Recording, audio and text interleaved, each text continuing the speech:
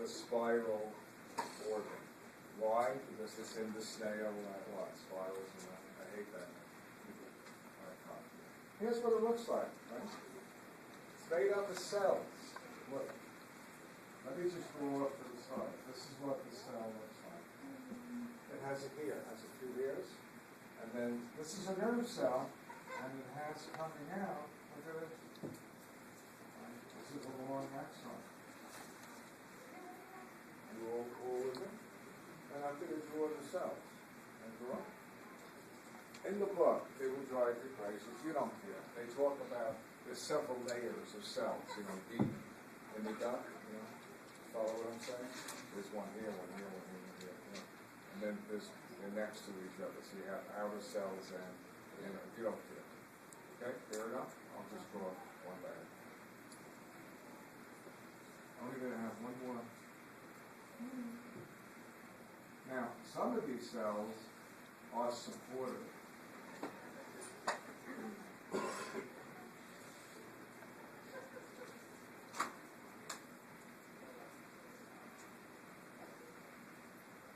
Anyway, you notice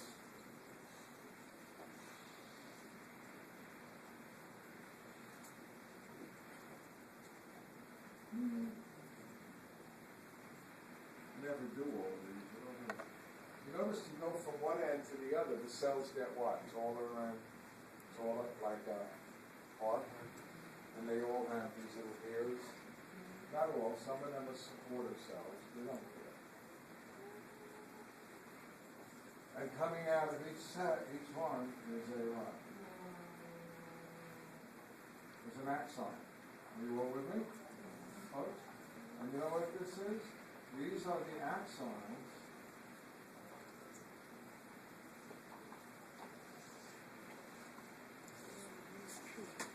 of the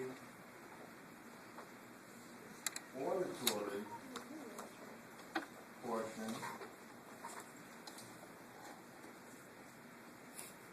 of the eighth cranial nerve. Remember the eighth cranial nerve? Remember it carries both what? Balance and hearing? What's the other name for the eighth cranial nerve?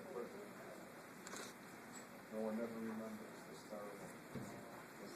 Vestibulocochlear. Vestibulo is, there are going to be other neurons joining it, which are what? Involved in balance. Vestibulocochlear, cochlear is involved in sound. Okay, all ready? One more label. We are going to have hanging over these cells what looks like, you ready? A curtain. You know, if you took a curtain and you did this, now flat it out. You all picture that? I got a curtain hanging over these cells. It's the last label. You all following me? Here's the curtain.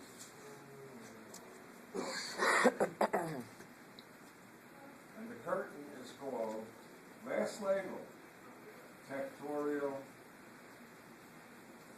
membrane.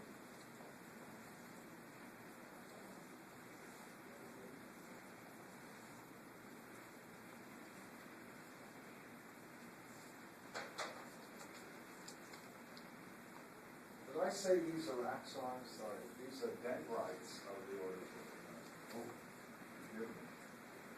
They're long dendrites.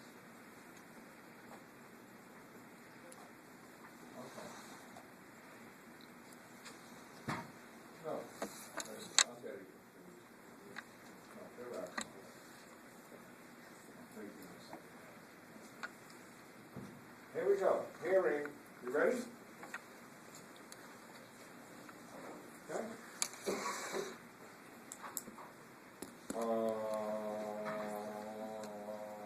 Like tympanic membrane is vibrating. You all with me? Huh? Yeah. That's making my little hammer what? Vibrate. Making my little anvil vibrate. Making my little stapes vibrate, which is hitting the oval window. And what's in here? Fluid. Remember perilymph? And it's going to set up waves in the perilymph. That makes sense? If I hit that window, is the perilymph going to move? Yes. You like that? Okay? And yeah, the wave is going to go all the way around. And what's the purpose of the little round window? To pick up the pressure of the wave. It will push out and it will disperse it. Okay, we don't care about that much. You ready? Now, I'm going to do a sound. You ready? High pitch. You know what's going to happen? A high sound, as it goes through the fluid, you're not going to believe this. It's going to cause this vestibular membrane to push down. You with me? The membrane is what? Because it's attuned to what? That pitch. And as it pushes down, you with me? It's going to push everything below it, what? Slightly down. And then it's going to, what? Come back up. And the little hairs are going to hit the tectorial membrane, and the hairs are going to what? Bend. And that's going to send an impulse out the nerve. And that tells my brain it is what? A high sound? Why? Only will cause this part to what? Push down. And I want this part to push down. You ready? What? Keep a sound? That makes sense? Mm-hmm. So, what is the membrane doing? In one location, it what? Pushes down. In another location, pushes down. Can it push down everything? Sure. What if you're listening to Philharmonic Orchestra where you hear what? High-pitched sounds, low-pitched sounds, with me? This everything is going down, and these what? The hairs are what? Just bending against the what? Tectorial membrane. That causes the cell to generate an action, you know, a potential, and that's going to go to the part of your brain for hearing. Not quite. We're going to get to that in a minute, but that's hearing. Now, let me stop for a minute and tell you what happened to you. What happened to me, happens to a lot of people. If you get subjected to loud noises, I can tell you flying a plane is loud. You know, the engine. But where do you hear the loudest noises that can really make this membrane move? Where would you go? To a party, like music, loud music. Yes, you go to a rock concert. Yeah. I don't understand how anybody in their right mind gets the front rows in a rock concert.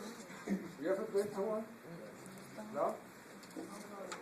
The average band, they come in with 12 amplifiers. Not one, 12. They got 6 on one side stacked. They got 6, and there's somebody sitting there in front of the amplifier. They're going to be tone deaf.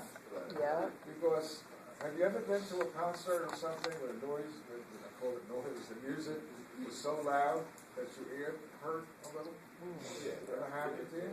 I remember I went to hear, like, years back, Jefferson Airplane. Remember that? Yeah. And I went to hear them, and I was working for the theater. I was an usher, so I could go wherever I want. I got to tell you, I walked out of that theater, you know, into the lobby. My ears were ringing. You ever have that? Yeah. Huh? And they were in pain. I got to tell you, you probably you did it, but you probably damaged a lot of those cells. Bad news. They don't regenerate. So here's what the latest research shows. The average 21-year-old who goes to rock concerts has already lost 25% of the hearing. Wow. And so now I've got the answer to the mystery. Why the hell do they use so many amplifiers? And it was just last year there was a study done. They took a band at a small club, and they asked about 50, 60 people to rate the band. They did it in a few small clubs, and they asked them to rate them as, you know, poor, good, very good, excellent. But they told the band to play the music softly, not to play it too loud. Then they took them to another 6 clubs, another 300 people, and they said play the same exact music, but triple your amplification. Wow. And they asked them to rate them. And guess what? In the clubs where the music was very loud, they were rated excellent. And you know what was happening in those clubs? This is terrible, no one will ever teach you. With very loud music, it's a shock to your body, and you release adrenaline, large amounts of it, and you get what we call an adrenaline high. Not only does your heart beat faster, but the adrenaline causes the release of other chemicals which go to your cerebrum and give you a kind of high. It's almost a protection, against the noise. So that's why bands, they don't know it, but bands don't know that. They just think it's great to play loud, okay? And I know, but I have lost a lot of hearing, and but I didn't lose it across the heart. You with me? Right. Usually what you lose is sections. You with me? So I lost certain sections, like particularly female voices that are talking very softly. I have trouble hearing. Okay? Those cells have been damaged. What's the latest research? Remember I told you next to the auditory cells there are supportive cells?